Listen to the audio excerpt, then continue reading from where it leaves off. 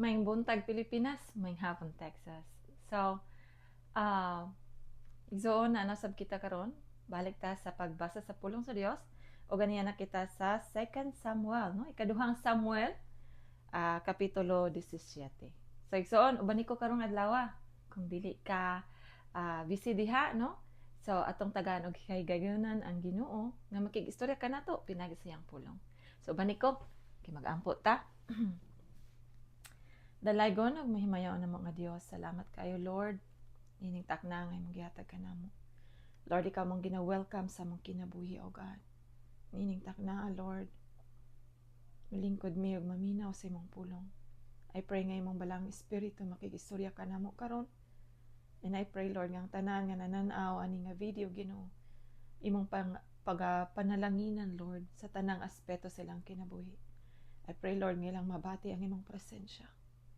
Sama sa imong pagpabati karon nganhi kanako Lord. Thank you Ginoo.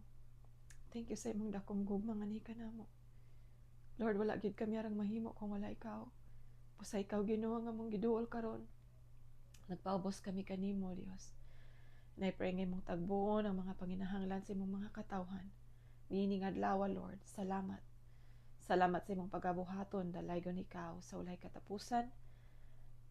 Kining tanan among ginabalik ang himayag dungog kanimo lamang pinagi sa ngalan ni Jesus. Amen. Okay, so uban ko kung na kay Biblia atong ablihan sa ikaduhang Samuel kapitulo 17.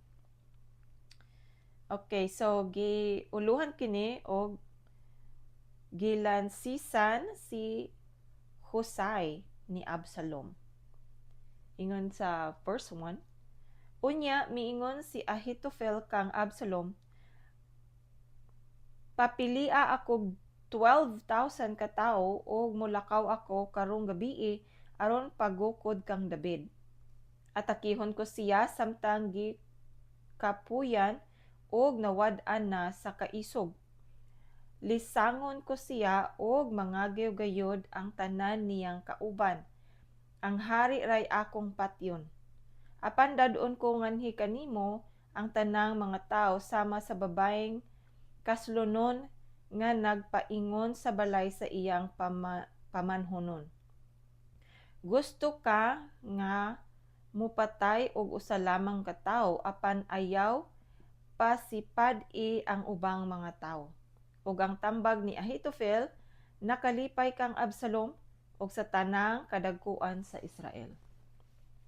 So na sila daotang plano no batok kang David. Okay, so verse 5. Unya miingon si Absalom, paanhiya usab si Husay ang arkihanon og pamation ta kung unsay iyang ikasulti. Sa pag-abot ni Husay, giingnan siya ni Absalom, mao kini ang tambag ni Ahitofel. Tumanon ba namo ang iyang tambag? Kung dili, unsa may imong ikasulti? Giingnan ni Husay si Absalom, dili maayo ang tambag ni Ahitofel. Nasayod ka nga ang imong amahan og ang iyang mga tawo lig-on kaayo. Og naglagot siya sama sa usa ka uso nga gikuhaan sa iyang mga itoy didto sa uma. Gawas pa ni ana, ang imong amahan batid kaayo sa gubat ug dili gayud siya magpakagabii tipon sa mga tawo. Tingali bisan karon nagtago siya sa usa ka langob o sa lain bang dapit. Ug kun sa unang pag-atake may pipila nga mamatay sa katawhan, ang makadungog niini moingon, daghan ang nangamatay sa mga tawo ni Absalom.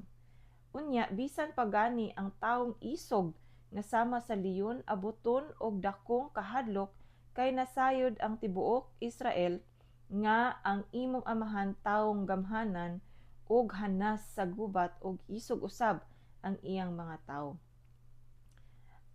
Ang tambag ko mao nga hiusahon mo ang tanang Israelita gikan sa Dan ngadto sa Beersheba og ikaw mismo maoy mangulo kanila sa pag-atake kang David. Niining paagiha masakpan nato siya bisag hain siya magtago og muhas magkita kaniya sama sa yamog nga mahulog sa yuta og walay mahibilin sa tanan niyang mga tawo. Kung motago siya sulod sa usa ka syudad, ang tibuok Israel magdalag mga pisi ug unya ato kining guyuron ngadto sa walog hangtod wala nay mahibilin niini bisag usa ka bato. Miingon si Absalom ug ang tanang mga tawo sa Israel, mas maayo ang tambag ni Husay kaysa tambag ni Ahitofel. Maoy pagbuot sa Ginoo nga makawang ang tambag ni Ahitofel aron mahiagom si Absalom sa kadaot. Verse 15, no? Okay, so gipasipad-an si David sa pag-ikyas. Unya, verse 15, unya giingnan ni Husay si Sadok o si Abiatar ang mga pari. Mao kini ang tambag ni Ahitofel kang Absalom ug sa mga kadagkuan sa Israel og nasayod usab kamo sa akong gitambag. Busa pasugui si David og sultihin niini. Ayaw katulog karong gabii sa mga patag sa kamingawan kundili padayon kamo paglabang sa suba kay tingali unyag patyon ang hari ug ang tanan nga kuyog niya. 17 niining higayuna si Jonathan ug si Ahimaas naghulat didto sa Enrogel kay kinahanglan man nga dili sila makit-an inig sulod nila sa syudad. May babaeng sulugoon nga maoy tigtaho ni kanila ug sila usab maoy motaho kang David. Apan nakit-an sila sa usa ka batan-ong lalaki ug gisuginlan nila si Absalom. Busa si Jonathan ug Ahimaas midali pagpahawa ug miadto sila sa balay sa usa ka tawo didto sa Bahurim. Kining tawhana may atabay sa iyang tugkaran ug nanago sila didto. Gitabunan sa babay ang baba sa atabay ug gikatagan niyag mga trigo ang tabon niini aron dili mamatikdan. Sa pag-abot sa mga sulugoon ni Absalom didto sa balay, gipangutanan nila ang babay, hain man si Ahimaas ug si Jonathan. Gitubag sila sa babay, nanabok sila sa suba, ug kay wala man nila hikap lagi si Ahimaas ug si Jonathan na mauli sila sa Jerusalem. Okay. So, verse 21. Sa paghawa na sa mga nangita kanila, nanggula si Jonathan ug si Ahimaas sa atabay, unya nang lakaw sila aron pagtaho kang Haring David mahitungod sa laraw ni Ahitofel sa pagpatay kaniya, ug ilang gitambagan si David sa pagtabok sa suba tungod niini. Unya si David ug ang tanang tawo nga mikuyog kaniya milabang sa Jordan o sa pagsilang sa adlaw nakalabang na ang tanan. 23. Sa pagkakita ni Ahitofel nga wala tumana ang iyang tambag, gimunturahan niya ang iyang asno ug mipauli siya sa iyang syudad. Unya gihusay niya ang padagan sa iyang panimalay ug naghikog siya. Gilubong siya sa lubnganan sa iyang amahan. Unya miadto si David sa Mahanaim. Og si Absalom milabang sa Jordan uban sa mga Israelita. Niining higayuna sa lugar ni Joab, maoy gihimo ni Absalom nga pangulo sa iyang kasundaluhan si Amasa, anak sa usa ka tawo nga ginganlag Itra, nga usa ka Ismailita nga naminyo kang Abigail, nga anak nga babae ni Nahas, igsuon ni Suraya, nga inahan ni Joab, ug nagkampo ang mga Israelita ug si Absalom dito sa yuta sa gilid.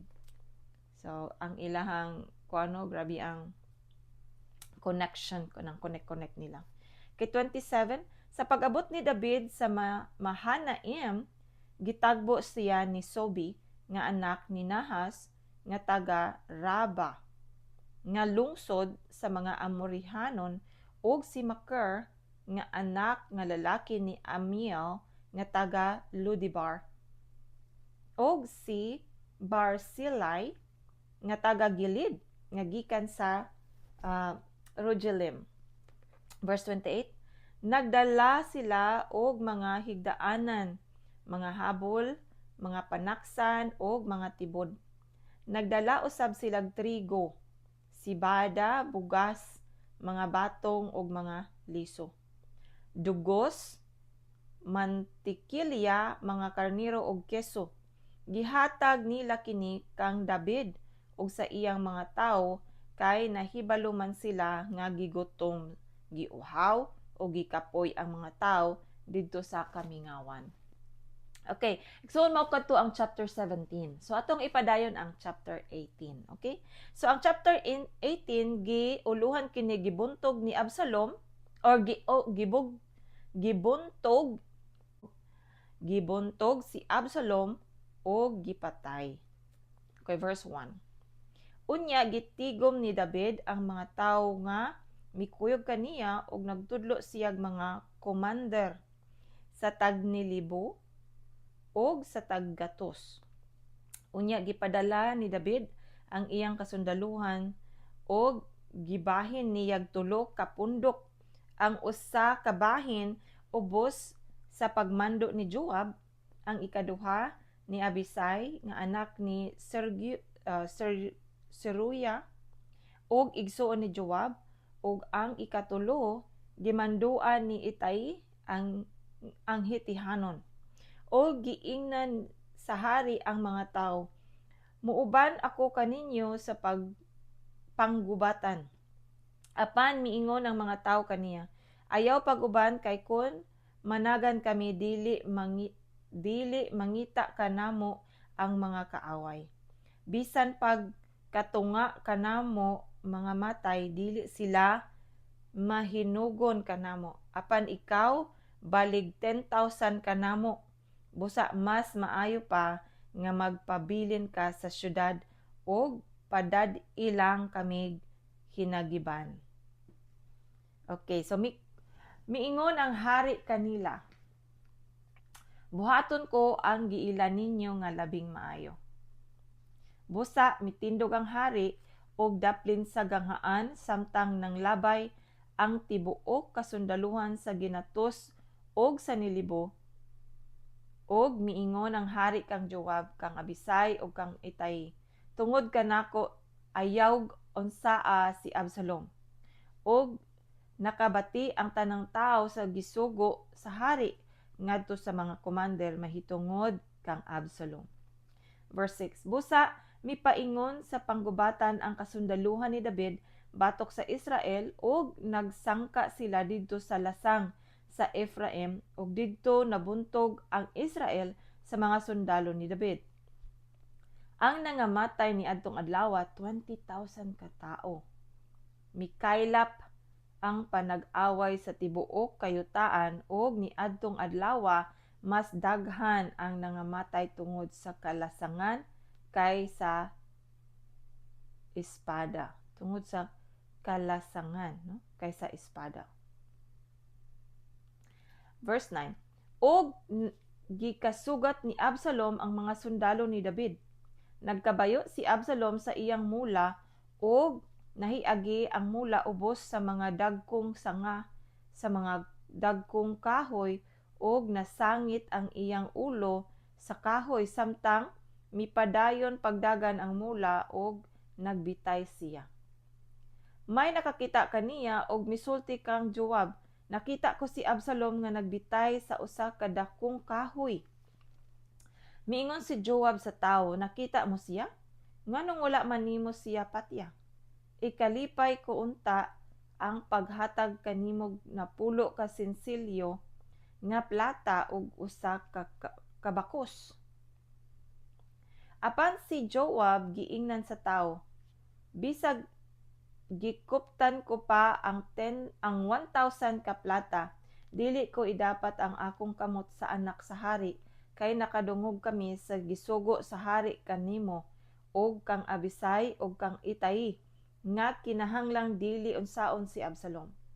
Sa laing bahin, kung gipatay ko pa si Absalom, og unya mahibalo ang hari niini, dili ka mangilabot. Miingon si Joab, dili ka na tinuod, pakit-on ko ikaw sa akong buhaton, unya mikuha siyag 3 ka bangkaw o gihansak niya kini sa kasing-kasing ni Absalom. So si Joab wala ming tuman sa gisugo ni David, no?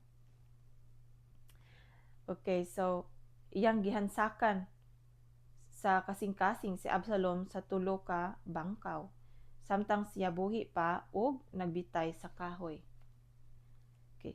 Unya ang napulo ka batan-on nga tigdala sa mga hinagiban ni Joab, mialirong kang Absalom og gidunggab nila siya og namatay si Absalom. Grabe, no? Mura ako na-imagine ba, no? Nga bisan og anak si Absalom sa hari, wala nila gidakop na lang nga buhi ba, no? Okay, verse 16. Unya gipatingog ni Joab ang trompeta ug ang mga sundalo mihunong paggukod sa mga Israelita kay maumay sugo ni Joab. O gidala nila si Absalom o gitambog nila sa usa ka gahong didto sa lasang og gitamukan nila og daghang bato. Unya nanagan og namauli ang mga Israelita sa ilang tagsa-tagsa ka balay. Sa buhi pa si Absalom, nagpatindog siya og usa ka haligi didto sa walog sa hari, kay miingon man siya, wala ako'y anak nga lalaki nga makadala sa akong ngalan. Busa ginganlan niya ang haligi sa iya ngalan ug hangtod karon ginganlan kinig monumento ni Absalom. Okay, verse 19. Niining higayuna miingon si Ahimaas nga anak ni Sadok, padto ako sa hari aron pagpahibalo kaniya nga giluwas siya sa Ginoo gikan sa iyang mga kaaway. O giingnan siya ni Joab, ayaw karon sa lain ng adlaw kay namatay ang anak sa hari. Unya miingon si Joab sa Kusihanon, lakaw sultihi ang hari sa imong nakita. Ang Kusihanon miyukbo kang Joab og midagan. Verse 22. Unya si Ahimaas miingon kang Joab, bisag unsay mahitabo, musunod ako sa Kusihanon. Og si Joab miingon, nganong moadto ka man, anak ko, nga nasayod ka man nga wala kay ganti nga mapaabot sa imong pagbalita. Miingon siya, bisag unsay mahitabo, muadto ako. Busa giingnan siya, halalakaw. Unya si Ahimaas midagan agi sa patag og Unya si Ahimaas midagan agi sa patag ug hiunhan niya ang Kusihanon. Niining higayuna naglingkod si David tunga-tunga sa duha kaganghaan ug misaka ang gwardiya sa atop sa ganghaan agi sa kuta. Unya nakita niya ang usa ka tawo nga nagdagan ug misinggit ang gwardiya ug gibalitaan niya ang hari. Miingon ang hari, kung siya rang usa, may balita siya kanato. Ug sa hinay-hinay nagkaduol siya. Verse 26. Unya ang gwardiya nakakitag laing tawo nga nagdagan usab, ug ang gwardiya mitawag sa bantay sa pultahan ug miingon, may laing tao nga nagdagan. Ang hari miingon, siya nagdala usab og mga balita. Og miingon ang gwardiya, ang naguna sa mga nagdinaganan ni Himaas, ang anak ni Sadok. Miingon ang hari, maayo siyang tao og nagdala siyag mga maayong balita. Verse 28. Unya mitawag si Ahimaas sa hari. Maayong balita, unya miyukbo siya sa hari og miingon, daygon unta ang Ginoo nga imong Dios nga naghatag kanimo kadaugan batok sa mga tawo nga misukol kanimo kamahalan. Unya nangutana ang hari, kumusta man si Absalom? Mitubag sa imas, sa pagsugo ni Joab kanako nakita ko nga didtoy dakong kagubot apan wala ako masayod og unsa kadto. Mingon kaniya ang hari, padaplin lang una og tindog diha. Busa mipadaplin siya. Unya miabot ang kusihanon og miingon, maayong balita alang sa akong agalon nga hari. Kay giluwas ka sa Ginoo niining adlaw sa tanang nakigbatok kanimo. Nangutana ang hari ngadto sa kusihanon, kumusta si Absalom? Ug ang kusihanon mitubag, mahisama unta kang Absalom ang tanang mong kaaway kamahalan. Natandog ang pagbati sa hari, misaka siya sa lawak, ibabaw sa ganghaan og mihilak. Og sa iyang paghilak, mingon siya, O Absalom anak ko, Absalom anak ko, maayo pa unta nga ako'y namatay, O Absalom anak ko, anak ko. Hallelujah. Kay mao kadto ang chapter 18 igsoon. Kini nga verse ba kaning last nga mihilak si David. Akong na imagine ang Ginoo. Unya si Absalom kita sama kang Absalom nga rebellion no sahay batok sa Ginoo. Sahay di ta mosalig sa Ginoo, sahay nagbutbutas tong kinabuhi. Ug bisan pa sa tong pagkadautan ang gugma sa Dios, walay sama. Dili matupngan no? Sama sa kang David ba? Amahan siya ni Absalom niya. Yang nabaluan nga si Absalom gusto gyud kaayo nga patyon siya ni Absalom. Siya ang punto nga nganong niadto didto si Absalom kay gusto niya patyon yang papa. Pero ang yang papa gusto niya nga iyang anak buhi nga iyang makitaan. Sumaotong ningon siya, O Absalom, anak ko, Absalom, anak ko, unta ako'y namatay, no? Ingon si David. So, kung atong makuan ba no nga ang atong Ginoo iyang gipadala si Jesus para maoy mo replace sa atoa, no? Kay di ba ang sala, ang bayad sa sala kamatayon man. Kita unta tanan no? Maadto didto sa impierno. Kita ang mamatay tungod sa atong sala. Pero kay nahigugma ang atong buhi nga Dios sa atoa. Iyang gipadala si Jesus para maoy mamatay sa atuang sala, no? Siya mo bayad sa atong mga sala. Og tungod niya na ang kaluwasan atong maangkon kung kita mutuo o mudawat kaniya nga atong manluluwas. So igsoon, I hope nga natay na learn karon no sa atong gibasa. Ako mismo na refresh pod. So salamat kay Ginoo sa imong mga pulong. Nga ang gugma sa Ginoo bisag unsa pa ta kadautan. No? Bisag unsa pa ta ka rebelyoso. Bisag unsa pa ta ka suwail batok sa Ginoo, ang gugma sa Dios para kanimo ug kanako walay pagkausab. Ang iyang gusto nga makit-an ta niyang buhi tungod kay iyang anak nga si Jesucristo namatay alang kanimo ug kanako. Apan si Jesucristo atong nabaluan nga nabanhaw siya after 3 ka adlaw, di ba? So naa siya karon sa langit. Naglingkod sa tuong bahin sa tuong amahan nga langit nun. Ug ang balang Espiritu sa Dios ania uban nato og nagpuyo sa tong kasing-kasing kung kita nagtuo kaniya og midawat kaniya. So dili ta pasagdan sa Dios nga magkinabuhing walay purpose, no? Na ang Ginoo magiya ka nato kay gusto niya nga makauban ta niya sa pag-abot sa panahon. So igsoon, salamat kayo sa imong pakig-uban kanako. Og I hope nga nagyud tay ma-apply sa atong kinabuhi karon ng mga panghinuklog sa atong kinabuhi. So, salamat kay igsoon. Dalaygon ng Dios sa walay katapusan. I hope nga magkita na usab kita sa sunod na higayon. Daghang salamat.